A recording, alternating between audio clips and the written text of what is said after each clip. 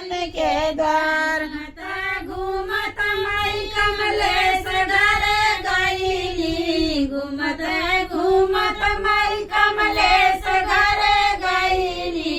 देला प्रिंस बाबू भोजनिया भूखल बानिया घुमेवा मिश्री पकावा भोजनिया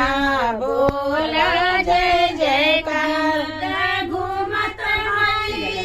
घर गईली घूमत घूमत माई गिरी घर गईली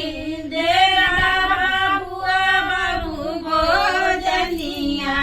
भूखल बानिया घुमेवा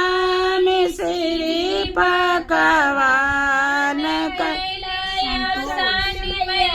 भोजनिया बोल जय जयकार घूमत घूमत माई संजय घर गईली घूमत घूमत माई संजय घर गईली हाथ जोड़ी कैसे गावलू मैं विनती करूं भोजनिया बोल बालिया एवा मिश्री पकवान कैल अवसान मैया बोल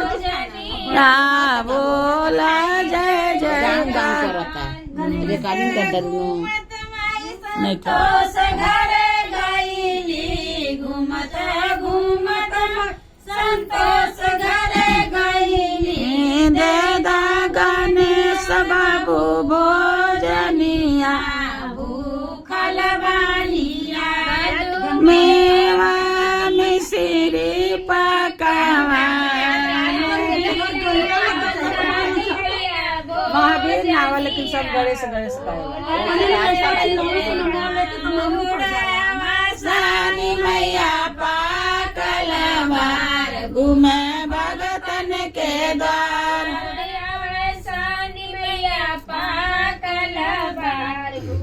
भगतन के घूमत घूमत मैया विजय घर गईली बाबू भोजनिया भूखल बानिया